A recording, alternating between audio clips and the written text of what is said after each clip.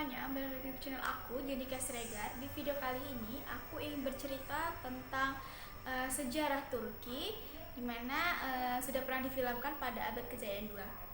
So, penasaran ceritanya? Keep on watching.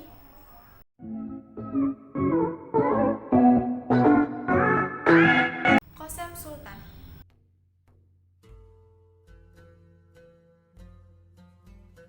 Bagi kalian pecinta sejarah Turki dan kalian sudah pernah menonton Abad Kejayaan 1 maupun 2, pasti kalian sudah tidak asing dengan yang namanya Kosem Sultan. Kosem Sultan memiliki nama dan gelar yaitu Devletlu İsmetlu Mahpekir Kosem Valide Sultan Aliyetu San Hazretleri. Kosem Sultan berasal dari Yunani dan merupakan seorang anak dari pendeta Kristen Ortodoks di Yunani tersebut. Nah, sebelum ia memeluk agama Islam, nama asli dari Kosem Sultan ialah Anastasia. Kalau dilihat-lihat kisahnya ini mirip sekali dengan Hurrem Sultan ya teman-teman. Pada suatu hari, ia diculik dan dijadikan budak di Bosnia, di mana wilayah tersebut masih dalam kekuasaan Ottoman di bawah Beylerbey Bosnia.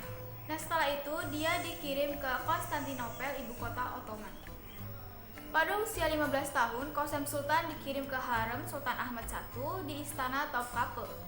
Setelah ia memeluk agama Islam, namanya diubah menjadi Mahpekir yang memiliki arti bulan yang terbentuk. Dan kemudian Sultan Ahmed I mengganti namanya menjadi Kosem Sultan. Setelah lama di harem, akhirnya Kosem dinikahi oleh Sultan Ahmed I dan menjadikannya sebagai istri sahnya. Nah, setelah ia menjadi istri sahnya dari Sultan Ahmed I, ia menjadi Haseki Sultan di Kekaisaran Ottoman. Pernikahannya berjalan lancar dan mulus, tetapi pada suatu hari Sultan Ahmed I meninggal dunia terlebih dahulu. Atas kejadian tersebut, Kosem Sultan mengambil pimpinan dengan jabatan Haseki Sultan atau Permaisuri Tunggal. Kekuasaannya itu semakin meningkat ketika dia sudah bertahta menjadi Valide Sultan atau Ibu Suri yang mewakili anaknya Ibrahim dan Murad IV serta cucunya Mehmed IV. Hal ini jugalah yang menjadi alasan kenapa pada tahun 1600-an Kekaisaran Ottoman disebut sebagai Kadınlar Saltanati, yang artinya yaitu masa pemerintahan perempuan. Karena pada masa tersebut sultan-sultan ini hanya dijadikan sebagai boneka, sementara kebijakan-kebijakan strategis, hubungan nasional, bahkan hubungan internasional pun diputuskan oleh keputusan Valide Sultan atau Ibu Suri.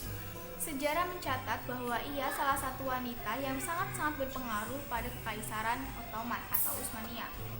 Salah satu kebijakan yang pernah ia buat ialah bahwa para pemilik budak harus membebaskan budaknya setelah 3 tahun bekerja kepadanya. Selama masa pemerintahannya, ia memangkas anggaran istana.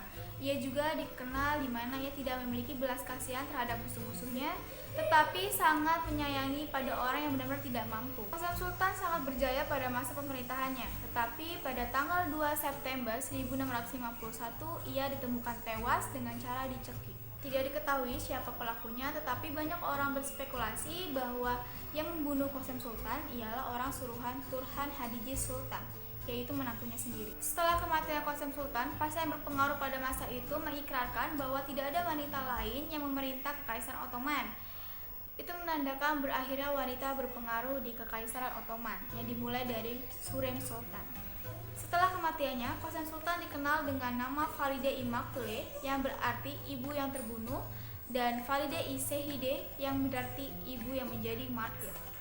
Ya teman-teman, kalau misalkan dilihat-lihat itu kisahnya mirip banget dengan Hurrem Sultan, di mana Hurrem Sultan ini merupakan istri sahnya dari Sultan Sulaiman I, dan memang benar-benar wanita berpengaruh pada zamannya. Nah, itu cerita dari Kosem Sultan, sejarah Turki. Kalau misalkan kalian suka dengan konten aku yang ini yang cerita tentang sejarah, kalian bisa komen di kolom komentar. Kalian request apa aja bakal aku turutin, insya Allah kalau misalkan aku sempat.